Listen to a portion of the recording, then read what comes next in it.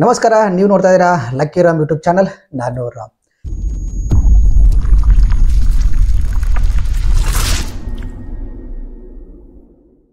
So ನೇರವಾಗಿ ವಿಷಯಕ್ಕೆ ಬರ್ತೀನಿ. ಬಿಗ್ ಬಾಸ್ ಸೀಸನ್ 12ರ ನಿನ್ನೆ ಗ್ರ್ಯಾಂಡ್ ಫಿನಾಲೆ ಕೂಡ ಆಯಿತು. ಇವತ್ತು ಗ್ರ್ಯಾಂಡ್ ಓಪನಿಂಗ್ 2.0 ಕೂಡ ಆಯಿತು. ಸೊ ಇಲ್ಲಿ ವೈಲ್ಡ್ ಕಾರ್ಡ್ ಎಂಟ್ರಿಗಳಾಗಿ 3 ಜನ ಬಂದರು. ನಾನು ನಿನ್ನೆ ಆಗಲೇ ಇಬ್ಬರನ್ನ ಹೇಳಿದ್ದೆ. ಸೊ ಅದನ್ನು ಹೊರತುಪಡಿಸಿ ಮತ್ತೊಬ್ಬರು ಮೇಲೆ ಸ್ಪರ್ಧೆ ಬಂದಿದ್ದಾರೆ. ಸೊ ಈ 3 ಸ್ಪರ್ಧಿಗಳು ಯಾವ ರೀತಿ ಅನಿಸಿದ್ರು, ಏನೆಲ್ಲ ಆಯಿತು ಅಂತ ಈ ಒಂದು ವಿಡಿಯೋದಲ್ಲಿ ನೋಡೋಣ.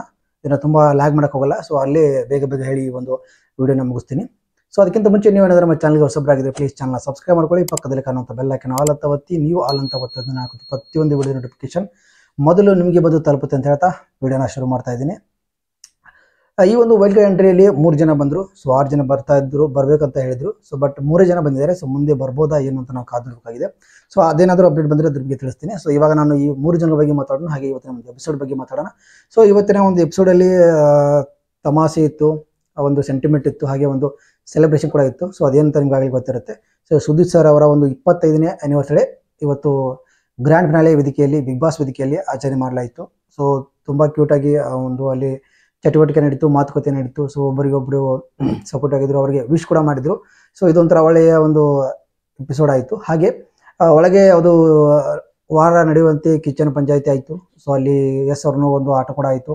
ಸೊ ಇಲ್ಲಿ ಸ್ವಲ್ಪ ಹಾಗೆ ಅಲ್ಲೇ ಸ್ವಲ್ಪ ಮೋಜು ಮಸ್ತಿ, ಅಲ್ಲೆಲ್ಲ ಸ್ವಲ್ಪ ಪಾಠ, ಅಲ್ಲೆಲ್ಲ ಸ್ವಲ್ಪ ಗೇಮು ಎಲ್ಲ ಕೂಡ ಆಯಿತು. ಸೊ ಇಲ್ಲಿ ನಮಗೆ ಅನಿಸಿತ್ತು ಏನಪ್ಪ ಅಂತಂದರೆ, ಅಶ್ವಿನಿ ಮತ್ತು ಜಾನಿ ಅವರು ಇನ್ನೂ ಬುದ್ಧಿ ಕಲ್ತಿಲ್ಲ ಅಂತ. ಸೊ ಕಿಚ್ಚನೆ ಚಪ್ಪಾಳೆ ಗಿಲ್ಲಿಗೆ ಸಿಕ್ಕಿದ್ದು ಇಬ್ಬರಿಗೂ ಸಹಿಸ್ಕೊಳಕ್ಕಾಗ್ತಿಲ್ಲ ಅನ್ನೋದು ಇಲ್ಲಿ ನಮಗೆ ಖಂಡಿತವಾಗ್ಲು ಎದ್ದು ಕಾಣುತ್ತೆ. ಯಾಕಂತಂದರೆ ನೀನು ಸಿಂಪತಿ ಗಿಟ್ಟಿಸ್ಕೊಂಡೆ. ಸೊ ಆ ರಕ್ಷಿತಾ ಕಡೆ ಪರವಾಗಿ ನಿಂತರೆ ನೀನು ಒಂದು ಸಿಂಪತಿ ಸಿಗುತ್ತೆ ಅಂತ ನೀನು ಇಬ್ಬರ ಜಗಳದಲ್ಲಿ 3ನವರು ಯಾವ ರೀತಿ ಲಾಭ ಆಗುತ್ತೋ ಆ ರೀತಿ ನೀನು ಲಾಭ ತಗೊಂಡು ಕಿಚ್ಚನೆ ಚಪ್ಪಾಳೆಯನ್ನು ತಗೊಂಡೆ ಅನ್ನೋ ರೀತಿ ಮಾತನಾಡಿದರು. ಸೊ ಇಲ್ಲಿ ಯಾರು ಒಂದು ಅದನ್ನು ಯೂಸ್ ಮಾಡಿಕೊಂಡ್ರು ಅಥವಾ ಮಿಸ್ಯೂಸ್ ಮಾಡಿಕೊಂಡ್ರು ಅನ್ನೋದು ಜನ ತೀರ್ಮಾನ ಮಾಡಿದ್ದು ಎಲ್ಲರಿಗೂ ಗೊತ್ತಿರುವಂಥ ವಿಷಯ. ಸೊ ಆದರೂ ಇವರಿಬ್ಬರು ಬುದ್ಧಿ ಕಲಿಲ್ಲ ಅನ್ನೋದು ಒಂದು ಬೇಸರದ ಸಂಗತಿ. ಸೊ ಮುಂದಿನ ವಾರಗಳಲ್ಲಿ ಯಾವ ರೀತಿ ಬರುತ್ತೆ ಅಂದ್ರೆ ನಾವು ಅದನ್ನು ಕಾದು ನೋಡಬೇಕಾಗಿದೆ. ಅದನ್ನು ಅವರ ಮೇಲೆ ಬಿಟ್ಟಿದ್ದು. ಸೊ ಇನ್ನು ಎಷ್ಟು ಹೇಳೋದು ಕರ್ತವ್ಯ ಹೇಳಾಯಿತು. ಸೊ ಅದನ್ನು ಮೀರಿ ಅವರು ಮತ್ತೆ ಅದನ್ನೇ ಮಾಡ್ತಾರೆ ಅಂತಂದರೆ ಜನ ಅದನ್ನು ತೀರ್ಮಾನ ಮಾಡಿ ಮನೆಯಿಂದ ಒದ್ದು ಹೊರಗ್ತಾರೆ. ಇದು ಬಿಟ್ಟರೆ ಬೇರೆ ಆಪ್ಷನ್ ಇಲ್ಲ. ಆ ಜಾನ್ವಿ ನೋಡಿದರೆ ನನಗಂತೂ ದೇವರಾಣೆ ಆಗಿ ಬರ್ತಾ ಇಲ್ಲ. ಅಶ್ವಿನಿ ಗೌಡ ಅವರು ಹೇಗೆ ಅವ್ರು ಹಿರಿಯಾಗಿದ್ದಾರೋ, ಸೊ ಅಷ್ಟು ವಯಸ್ಸಾಗಿದ್ರು, ಅವರು ಚೇಳ್ತಾರೆ ಇಬ್ಬರು ಯಾಕೆ ಆಡ್ತಾರೆ ಅಂತ ನನಗಂತೂ ಗೊತ್ತಾಗ್ತಿಲ್ಲ. ಸೊ ಅದನ್ನು ಸರಿಗಿಡೋಣ. ಇವಾಗ ವೈಲ್ಡ್ ಕಾರ್ಡ್ ಎಂಟ್ರಿಯಲ್ಲಿ ಬಂದದ್ದು ಯಾರು ಅಂತ ನಾವು ಮೊದಲು ನೋಡೋಣ. ಸೊ ವೈಲ್ಡ್ ಕಾರ್ಡ್ ಎಂಟ್ರಿಯಲ್ಲಿ ಬಂದದ್ದು ಈ 3 ಜನ. ಮೊದಲು ಬಂದಿದ್ದು ನಮ್ಮ ಕಾಟ್ಲೆ ರಾಘವಂತನ, ನೀನು ಹೇಳಿದೆ. ಸೊ ಕಾಂತಾರದಲ್ಲಿ ಒಂದು ಒಳ್ಳೆಯ ಪಾತ್ರವನ್ನು ಇವರು ನಿಭಾಯಿಸಿದ್ದಾರೆ, ವಿಲ್ಲನ್ ಆಗಿ ಒಂದು ಕಾಣಿಸ್ಕೊಂಡಿರುವಂಥದ್ದು. ಸೊ ತುಂಬ ಒಂದು ಹಾರ್ಡ್ ವರ್ಕರ್ ಆಗಿರ್ಬೋದು, ಕೋಪ ಅಷ್ಟೇ ಇದೆ ಇವರಿಗೆ. ಸೊ ಹಸಿವು ಅಂತ ಬಂದಾಗ ತಡ್ಕೊಳಕ್ಕಾಗದೇ ಇರುವಂಥ ಒಂದು ಪರಿಸ್ಥಿತಿಯಲ್ಲಿ ಇರ್ತಾರೆ. ಏನು ಮಾಡ್ತಾರೆ ಗೊತ್ತಿಲ್ಲ ಅಂತ ಹೇಳಿದರೆ. ಸೊ ಬಿಗ್ ಬಾಸ್ನಲ್ಲಿ ಯಾವ ರೀತಿ ಆಗುತ್ತೆ ಏನು ಅಂತ ನಾವು ಕಾದು ನೋಡಬೇಕಾಗಿದೆ. ಸೊ ಇವರು ಕೂಡ ಒಂದು ಟಾಪ್ ಕಂಟೆಸ್ಟೆಂಟ್ ಅಂತ ಅನಿಸುತ್ತೆ ನನಗೆ. ಅಲ್ಲಿ ಒಳಗಡೆ ಧನುಷ್ ಇದ್ದಾರೆ, ಅಭಿಷೇಕ್ ಇದ್ದಾರೆ, ಧ್ರುವಂತ್ ಇದ್ದಾರೆ. ಸೊ ಇವರೆಲ್ಲರಿಗೂ ಯಾವ ರೀತಿ ಇವರು ಟಫ್ ಆಗಿ ಒಂದು ಟಕ್ಕರ್ನ ಕೊಡ್ತಾರೆ ಅಂತ ನಾವು ಕಾದು ನೋಡಬೇಕಾಗಿದೆ. ಸೊ ನೋಡಿದರೆ ಮಾತಾಡೋ ಸ್ಟೈಲಲ್ಲಿ ನೋಡಿದರೆ ಗೇಮ್ ಚೆನ್ನಾಗಿ ಆಡ್ತಾರೆ ಅಂತ ಅನಿಸುತ್ತೆ. ಬಟ್ ಇಲ್ಲಿ ಮಾತಾಡಿದವರು ಒಳಗೆ ಹೋಗಿ ಯಾರು ಕೂಡ ಅಲ್ಲಿ ಅಷ್ಟೊಂದು ಮಾತಾಡ್ತಿಲ್ಲ. ಬಟ್ ಹೇಳಕ್ಕೆ ಬರಲ್ಲ. ಹಾಟ್ ಸೀಸನಲ್ಲಿ ರಜಿತ್ ಮತ್ತು ಹನುಮಂತು ಬಂದು ವೈಲ್ಡ್ ಕಾರ್ಡ್ ಎಂಟ್ರಿಯಲ್ಲಿ ಬಂದು ಅಲ್ಲಿ ಯಾವ ರೀತಿ ಮಾಡಿ ಯಾವ ರೀತಿ ಆಟನ ಬದಲಾಯಿಸ್ಬಿಟ್ಟು ಗ್ರ್ಯಾಂಡ್ ಫಿನಾಲೆ ತನಕ ಬಂದರು. ಸೊ ಅಲ್ಲಿ ಗೆದ್ದು ಕೂಡ ಹೋದ್ರು ಹನುಮಂತ್ ಅನ್ನೋದು ನಿಮ್ಗೆಲ್ಲರಿಗೂ ಗೊತ್ತಿರುತ್ತೆ ವಿಷಯ. ಸೊ ಇಲ್ಲಿ ಕೂಡ ಅದೇ ರೀತಿ ಆಗ್ಬೋದು. ಸೊ ಇಲ್ಲಿ ಗಿಲ್ಲಿ ಅವರನ್ನ ಮೀಸಕ್ಕೆ ಆಗಲ್ಲ ಅಂತ ನಾನು ಇಲ್ಲಿ ಕೂಡ ಹೇಳ್ತೀನಿ. ಯಾಕಂತಂದರೆ ಎಂಟರ್ಟೈನ್ಮೆಂಟ್ ಅಂತ ಬಂದಾಗ ಗಿಲ್ಲಿ ಅವ್ರು ಮಾತ್ರ ಇಲ್ಲಿ ಎದ್ದು ಕಾಣ್ತಾರೆ. ಸೊ ಹಾಗಾಗಿ ಅವ್ರನ್ನ ಎಂಟರ್ಟೈನ್ಮೆಂಟಲ್ಲಿ ಮೀಸಕ್ಕೆ ಯಾರಂದರೂ ಸಾಧ್ಯ ಇಲ್ಲ. ಬಟ್ ಟಾಸ್ಕಲ್ಲಿ ಬಂದಾಗ ಈ ಧನುಷ್ ಅಂತ ಸ್ಟ್ರಾಂಗ್ ಇದ್ರು, ಅಭಿಷೇಕ್ ಸ್ಟ್ರಾಂಗ್ ಇದ್ರು, ಧ್ರುವಂತ್ ಸ್ಟ್ರಾಂಗ್ ಇದ್ರು. ಇವಾಗ ಮತ್ತೆ ಸೇರ್ಪಡೆ ಆಗಿರೋದು ರಾಘವ್. ಇವರು ಕಾಟ್ಲೆ ಕಿಚನಲ್ಲಿ ವಿನ್ನರ್ ಆಗಿರುವಂಥ ಒಂದು ಸ್ಪರ್ಧೆ ಅಂತ ನಾನು ಹೇಳಿದೆ. ಸೊ ಇವರು ಕೂಡ ಟಫ್ ಆಗಿ ಆಟ ಆಡ್ತಾರೆ. ಟಫ್ ಅಲ್ಲಿ ಒಂದು ಟಕ್ಕರ್ ಕೊಡ್ತಾರೆ ಸ್ಪರ್ಧಿಗಳಿಗೆ ಅಂತ ಅನಿಸುತ್ತೆ. ಸೊ ಇನ್ನು ಎರಡನೇದಾಗಿ ಬಂದಿದ್ದು ರಿಷಾ ಗೌಡ.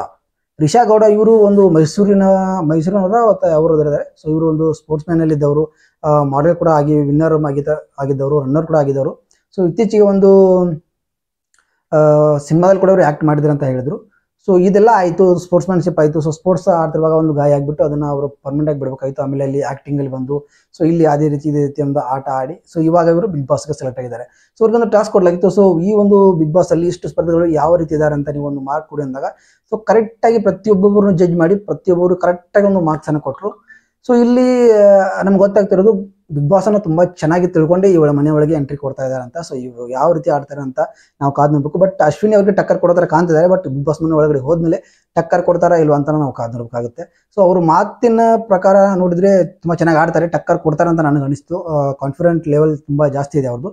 ಸೊ ಹಂಗಾಗಿ ಆಡಬಹುದು ಅಂತ ಅನಿಸುತ್ತೆ. ಬಟ್ ಇಲ್ಲಿ ಹೇಳಿದವರು ಒಳಗಡೆ ಹೋಗಿ ಆ ರೀತಿ ಇರಲ್ಲ ಅನ್ನೋದು ಕೂಡ ನಾವು ನೋಡ್ತೀವಿ, ಅಲ್ಲಿ ಆ ರೀತಿ ಇದ್ದರನ್ನು ಕೂಡ ನೋಡ್ತೀವಿ. ಸೊ ಈ ಒಂದು ಎರಡರಲ್ಲೂ ಕೂಡ ಯಾವ ರೀತಿ ಇವರು ಆಡ್ತಾರೆ ಅನ್ನೋದನ್ನ ನಾವು ಕಾದ್ ನೋಡ್ಬೇಕಾಗಿದೆ.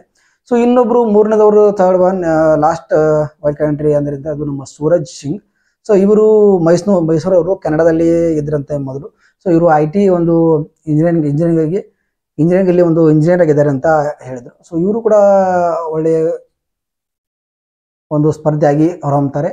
ಟಕ್ಕರ್ ಕೊಡ್ತಾರೋ ಬಿಡ್ತಾರೋ ಗೊತ್ತಿಲ್ಲ, ಬಟ್ ಟಕ್ಕರ್ ಕೊಡೋ ರೀತಿ ಕಾಣಿದ್ರು. ಸೊ ಮೂರು ಜನ ಕೂಡ ತುಂಬಾ ಚೆನ್ನಾಗಿ ಆಯ್ಕೆ ಆದ್ರು ಅಂತ ನನಗೆ ಅನಿಸ್ತು. ಸೂರಜ್ ಸಿಂಗ್ ಅವರು ತುಂಬಾ ಫಿಟ್ ಆಗಿದ್ದಾರೆ. ಅವರು ಒಂದು ಸ್ಟೈಲಿಶ್ ಲುಕ್ ಆಗಿರ್ಬೋದು, ಅವ್ರ ಒಂದು ಆಟಿಟ್ಯೂಡ್ ಆಗಿರ್ಬೋದು. ಸೊ ಇಲ್ಲಿ ಯಾವ ರೀತಿ ಅವ್ರು ಆಡ್ತಾರೆ, ಯಾವ ರೀತಿ ಅವರು ಜನರನ್ನ ಎಂಟರ್ಟೈನ್ಮೆಂಟ್ ಮಾಡ್ತಾರ, ಒಂದು ಗೇಮ್ಗಳಲ್ಲಿ ಯಾವ ರೀತಿ ಆಡ್ತಾರೆ ಅನ್ನೋದನ್ನ ನಾವು ಕಾದ್ ನೋಡಬೇಕಾಗುತ್ತೆ. ಸೊ ಈ 3 ಜನ ರಾಘು ಆಗಿರ್ಬೋದು, ರಿಷಾ ಆಗಿರ್ಬೋದು, ಸೂರಜ್ ಆಗಿರ್ಬೋದು, 3 ಜನ ವೈಲ್ಡ್ ಕಾರ್ಡ್ ಎಂಟ್ರಿ ಆಯ್ತು. ಸೊ ಅವರು ಯಾವ ರೀತಿ ಆಡ್ತಾರೆ ಅಂತ ನಿಮ್ಗೆ ಅನಿಸುತ್ತೆ ಅನ್ನೋದನ್ನ ಕಮೆಂಟ್ ಮುಖಾಂತರ ತಿಳಿಸಿ. ಹಾಗೆ ಸೀಸನ್ ಸ್ಟಾರ್ಟ್ ಆದ್ಮೇಲೆ ನೀನು ಎಲಿಮೆಂಟ್ ಆದಂತ ನಮ್ಮ ಮಂಜು ಭಾಷಿನಿ ಹಾಗೆ ಅಶ್ವಿನಿ SN ಅವನ್ನ ಕರೆಸಿದ್ರು. ತುಂಬಾ ಚೆನ್ನಾಗಿ ಮೆಚೂರ್ ಆಗಿ ಇಬ್ರು ಆನ್ಸರ್ ಕೊಟ್ಟರು. ಸೊ ಫೈನಲ್ ತನಕ ಬರೋರು ಯಾರು ಅಂತ ಕೇಳಿದಾಗ ಇಬ್ರು ಬಯಲು ಬಂದದ್ದು ಗಿಲ್ಲಿ ಅಂತ. ಯಾಕಂದ್ರೆ ಡಿಸರ್ವ್ ಆಗಿ ಆಟ ಆಡ್ತಿರುವವರೇ ಗಿಲ್ಲಿ ಅವರು. ಸೊ ಹಾಗಾಗಿ ಇಬ್ರು ಕೂಡ ಗಿಲ್ಲಿ ಅಂತ ಅಂದ್ರು. ಸತೀಶ್ ಅವ್ರನ್ನು ಕೊಡಿದಾಗ ಯಾರು ಬರ್ಬೋದು ಅಂತ ಅವರು ಕೂಡ ಗಿಲ್ಲಿ ಹೆಸರನ್ನ ಹೇಳಿದ್ರು. ಸೊ ಇದು ಗೊತ್ತಾಗುತ್ತೆ. ಸೊ ಗಿಲ್ಲಿ ಅವರು ಎಷ್ಟು ಸ್ಟ್ಯಾಂಡ್ ಆಗಿದ್ದಾರೆ, ಅಷ್ಟು ಮನೆಯಲ್ಲಿ ಎಲ್ಲ ಕಡೆಯವರು ಕೂಡ ಅವರ ಒಂದು ಪಾತ್ರ ಇದೆ ಅನ್ನೋದು ಎಲ್ಲರಿಗೂ ಗೊತ್ತಾಗುತ್ತೆ. ಸೊ ಕಾಮಿಡಿ ಮಾಡ್ತಾರೆ, ಬಟ್ ಕಾಮಿಡಿ ಹೊರತುಪಡಿಸಿದ್ರೆ ಎಲ್ಲದಲ್ಲೂ ಕೂಡ ಅವರು ಆಕ್ಟಿವ್ ಆಗಿದ್ದಾರೆ ಅಂತ ಅನಿಸುತ್ತೆ. ಸೊ ಮುಂದಿನ ದಿನಗಳಲ್ಲಿ ಅವ್ರು ಯಾವ ರೀತಿ ಆಡ್ತಾರೆ ಅಂತ ನಾವು ಕಾದ್ ನೋಡಬೇಕಾಗಿದೆ. ಬಟ್ ಈ 3 ಸ್ಪರ್ಧಿಗಳು ಯಾವೆಲ್ಲ ರೀತಿ ಆಡಿದ್ರು, ಹಾಗೆ ಜಡ್ಜ್ಮೆಂಟ್ ಮಾಡ್ಬೇಕಾದ್ರೆ ಏನೆಲ್ಲ ಮಾಡ್ತಾರೆ. ಸೊ ಅಶ್ವಿನಿ ಗೌಡ ಮತ್ತೆ ಜಾನ್ವಿ ಏನೆಲ್ಲ ಮಾತಾಡಿದ್ರು ಕೂಡ ಅವರು ಅಶ್ವಿನಿ SN ಮತ್ತೆ ಮಂಜು ಭಾಷಿನಿ ಅವರು ಅಲ್ಲಿ ಸ್ಟೇಜ್ ಮೇಲೆ ನಿಂತ್ಕೊಂಡು ಸುದೀಪ್ ಸರ್ ಜೊತೆ ನಿಂತ್ಕೊಂಡು ಅದು ವಿಟಿನ್ ಮಾಡ್ತಾ ಹೇಳ್ತಾ ಇದ್ರು. ಸೊ ಇವ್ರಿಗೆ ಇನ್ನೂ ಬುದ್ಧಿ ಬಂದಿಲ್ಲ, ಇವ್ರು ಬಣ್ಣ ಬದಲಾಗಿಲ್ಲ. ಸೊ ಇವ್ರು ಏನಿದಾರಲ್ಲ ಮತ್ತೆ ಅದೇ ರಾಗ ಅದೇ ಹಾಡು ಅನ್ನೋ ರೀತಿ ಮಾಡ್ತಾ ಇದಾರೆ. ಬಟ್ ಇದನ್ನ ಬಿಟ್ಟು ಬೇರೆ ರೀತಿ ಏನಾದ್ರು ಟ್ರೈ ಮಾಡ್ತಾರಾ ಅಂತ ಅನ್ಸುತ್ತೆ. ಮುಂದಿನ ದಿನಗಳಲ್ಲಿ, ಮುಂದಿನ ಎಪಿಸೋಡ್ಗಳಲ್ಲಿ ನಾವು ಕಾದ್ ನೋಡ್ಬೇಕಾಗಿದೆ. ಇದನ್ನೆಲ್ಲ ನೋಡ್ಕೊಂಡು ಬಂದಿರುವಂತ 3 ಸ್ಪರ್ಧಿಗಳು ಒಳಗಡೆ ಎಂಟ್ರಿ ಕೊಟ್ಟಿದ್ದಾರೆ. ಅದರಲ್ಲೂ ರಿಷಾ ಗೌಡನವರು ತುಂಬಾ ಡೀಪ್ ಆಗಿ ಬಿಗ್ ಬಾಸ್ ಅನ್ನು ನೋಡಿದಾರೆ ಅನ್ನೋ ರೀತಿ ಕಾಣ್ತು. ಯಾಕಂದ್ರೆ ಒಂದೊಬ್ರು ಏನೇನು ಇದೆ, ಏನೇನು ನ್ಯೂನತೆ ಇದೆ, ಯಾವ ರೀತಿ ಆಟ ಆಡ್ತಿದ್ದಾರೆ, ಯಾವ ರೀತಿ ಇದ್ದಾರೆ ಅನ್ನೋದನ್ನ ಪೂರ್ತಿಯಾಗಿ ವಿವರಣೆ ಮುಖಾಂತರಲ್ಲಿ ಹೇಳಿದ್ರು. ಸೊ ಇಷ್ಟು ನೋಡಿದ್ರೆ ಗೊತ್ತಾಗುತ್ತೆ. ಈ 3 ಜನರಲ್ಲಿ ನಿಮ್ಗೆ ಯಾರು ಇಷ್ಟ ಆದ್ರು ಅಂತ ಹೇಳಿ. ನನಗೆ 3 ಜನ ಕೂಡ ಇಷ್ಟ ಆದ್ರು. ಸ್ಪೆಷಲ್ ಆಗಿ ಹೇಳ್ಬೇಕಂದ್ರೆ ರಾಘು ಮತ್ತೆ ರಿಷಾ ಅವರು ಇಷ್ಟ ಆದ್ರು ನನಗೆ. ಯಾಕಂದ್ರೆ ಟಫ್ ಒಂದು ಅವ್ರು ಮಾತಾಡೋ ಸ್ಟೈಲ್ ಗೊತ್ತಾಯ್ತು. ಬಟ್ ಇದೊಂದು ಹೊಸ ಪರಿಚಯ ಆಗಿತ್ತು ಸೂರಜ್ ಅವರು ಮತ್ತೆ ರಿಷಾ ಅವರು. ಆದ್ರೂ ಕೂಡ ರಿಷಾ ಅವರು ಸ್ವಲ್ಪ ಮಾತಾಡೋ ಸ್ಟೈಲ್ ಆಗಿರ್ಬೋದು, ಅವ್ರದ್ದು ಒಂದು ಬಿಗ್ ಬಾಸ್ ಅನ್ನ ನೋಡುವ ರೀತಿ ಆಗಿರ್ಬೋದು, ಅಲ್ಲಿ ಎಕ್ಸ್ಪ್ಲೇನ್ ಮಾಡಿದ ರೀತಿ ಆಗಿದ್ದು, ಅದನ್ನ ನೋಡಿದ್ರೆ ಇವರು ಒಳಗಡೆ ಎಲ್ಲವನ್ನು ತಿಳ್ಕೊಂಡು ಹೋಗಿದ್ದಾರೆ ಅಂತ ಅನ್ಸುತ್ತೆ. ಸೊ ನೋಡೋಣ ಸೂರಜ್ ಸಿಂಗ್ ಆಗಿರ್ಬೋದು, ರಿಷಾ ಗೌಡ ಆಗಿರ್ಬೋದು, ಮತ್ತೆ ನಮ್ಮ ಕೊಟ್ಲೆ ರಾಘು ಅವರಾಗಿರ್ಬೋದು ಯಾವ ರೀತಿ ಗೇಮ್ ಮಾಡ್ತಾರೆ, ಯಾವ ರೀತಿ ಮುಂದಿನ ದಿನಗಳಲ್ಲಿ ಇವರು ಕಾಣಿಸ್ಕೊಳ್ತಾರೆ ಅಂತ ನಾವು ಕಾದ್ ನೋಡ್ಬೇಕಾಗಿದೆ. ಬಟ್ ಏನೇ ಆಗಲಿ ಗಿಲ್ಲಿ ಮಾತ್ರ ಎಂಟರ್ಟೈನ್ಮೆಂಟ್ 100% ಪಕ್ಕ ಒಂದೇ ಆಗಿರುತ್ತೆ. ಸೊ ಅದನ್ನು ನಾವು ಕಾದ್ ನೋಡಬೇಕಾಗಿದೆ. ನಾಳೆ ಎಪಿಸೋಡ್ ಏನೆಲ್ಲ ಆಗುತ್ತೆ ಅಂತ ನಾವು ಕಾದ್ ನೋಡೋಣ, ಏನೆಲ್ಲ ಆಗಬಹುದು ಅಂತ ನಿಮ್ಗೆ ಒಂದು ಅನಿಸಿಕೆ ಇದೆ. ಸೊ ಈ 3 ಜನ ಬಂದಿದ್ದು ನಿಮ್ಗೆ ಏನು ಅನಿಸ್ತು, 3 ಜನಗಳಲ್ಲಿ ನಿಮ್ಗೆ ಯಾರು ಇಷ್ಟ ಅನ್ನೋದನ್ನ ಕಮೆಂಟ್ ಮುಖಾಂತರ ತಿಳಿಸಿ ಅಂತ ಹೇಳಕ್ಕೆ ಇಷ್ಟಪಡ್ತೀನಿ. ಸೊ ಇದಾಗಿತ್ತು ಇವತ್ತಿನ ವಿಡಿಯೋ. ಇದೇ ರೀತಿ ವಿಡಿಯೋಗಳಿಗಾಗಿ ನನ್ನ ಚಾನಲ್ನ ಸಬ್ಸ್ಕ್ರೈಬ್ ಮಾಡ್ಕೊಂಡು ಸಪೋರ್ಟ್ ಮಾಡ್ತಾ ವಿಡಿಯೋನಲ್ಲಿ ಮುಗಿಸ್ತಾ ಇದ್ದೀನಿ. ಸಿಗ್ತೀನಿ ಮತ್ತೊಂದು ವಿಡಿಯೋದಲ್ಲಿ. ಅಲ್ಲಿ ತನಕ ನಮಸ್ಕಾರ.